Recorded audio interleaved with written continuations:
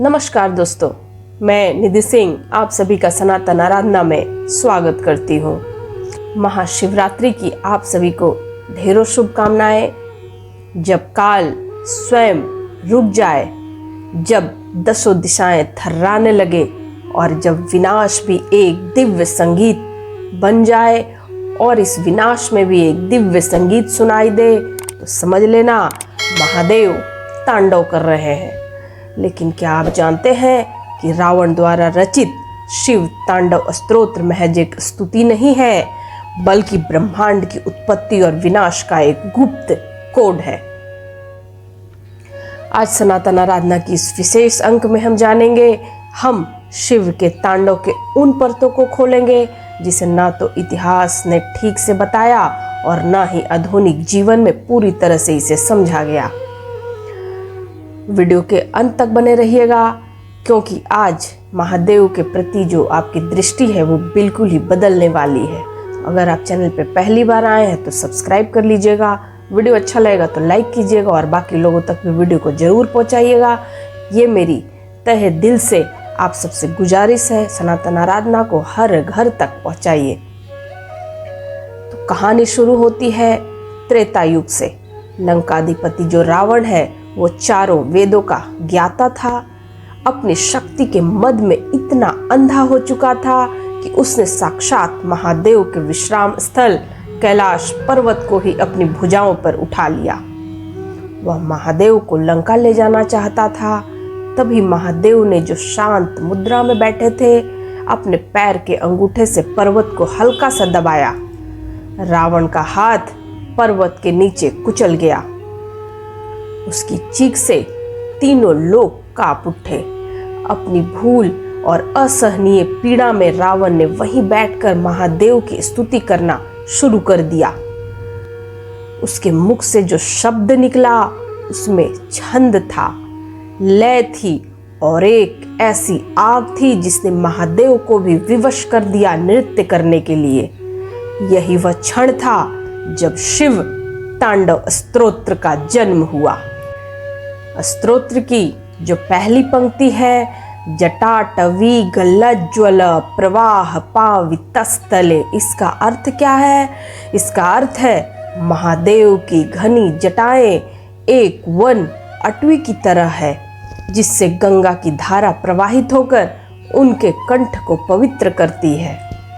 यहाँ जटाएं हमारे उलझे हुए विचारों का प्रतीक है और गंगा किस बात का प्रतीक है? गंगा ज्ञान का प्रतीक है। महादेव हमें सिखाते हैं कि ज्ञान की धारा तभी पवित्र होगी जब वह नियंत्रित जटाओं से होकर बहेगी। रावण ने इस स्तोत्र में महादेव के हर आभूषण का वैज्ञानिक वर्णन किया है, चाहे वो गले का सर्प हो, मस्तक का चंद्रमा हो या माथे की अग्नि हो। वह स्तोत्र हमें सिखाता है कि शिव ही प्रकृति है और प्रकृति ही शिव है। अब बात करते हैं उस रहस्य की जो आपको गर्व से भर देगी। दुनिया की जो सबसे बड़ी वैज्ञानिक प्रयोगशाला है वो स्विट्जरलैंड में है।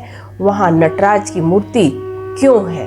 विज्ञानी जो है वो मानते हैं कि पूरा ब्रह्मांड जो है वह स्थिर नहीं है, वह नाच रहा है। जैसे इलेक्ट्रॉन नाभिक के चारों ओर घूमते रहते हैं, वैसे ही महादेव का तांडव कणों के बनने और बिगड़ने का एक चक्र है। जिस रावण ने लय कहा, विज्ञान उसे वाइब्रेशन कहता है।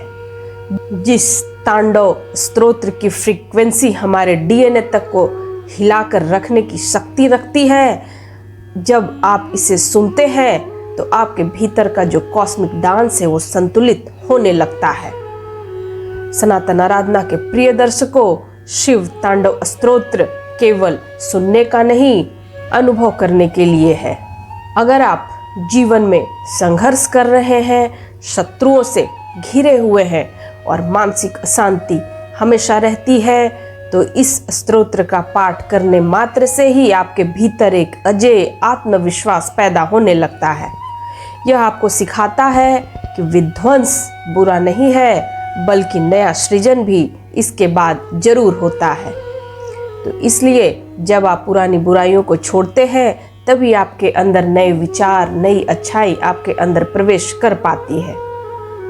शिव तांडव स्तोत्र हमें यही सिखाता है कि जब तक बुराइयों का भस्म ना हो जाए तब तक नया सृजन कभी नहीं हो सकता। आपके अंदर जो भी बुराइयां हैं उसको आप जब खत्म करते हैं तभी अच्छाई आपके अंदर समाहित हो पाती है। तो आज सनातन आराधना पर हमारा यह प्रयास आपको कैसा लगा? कि आप चाहते हैं हम इस स्रोत के हर श्लोक का अर्थ, गहरा अर्थ क्या है, विस्तार से समझाएं? तो अगर आप हाँ कमेंट में लिखेंगे तो मैं अगली वीडियो में इस पर डिटेल में वीडियो लाऊंगी। तो अगर वीडियो आपको अच्छा लगा हो तो सनातन आराधना को सब्सक्राइब कीजिए, ज़्यादा से ज़्यादा लोगों तक वीडियो को पहुंचाइएगा। और अगर आपका कुछ सुझाव होगा तो ज़रूर आप कमेंट बॉक्स में लिखिएगा। इंस्टाग्राम, फेसबुक पर भी सनातन आराधना को आप लोग भरपूर प्यार दीजिए। नमस्कार। ओम नमः शिवाय।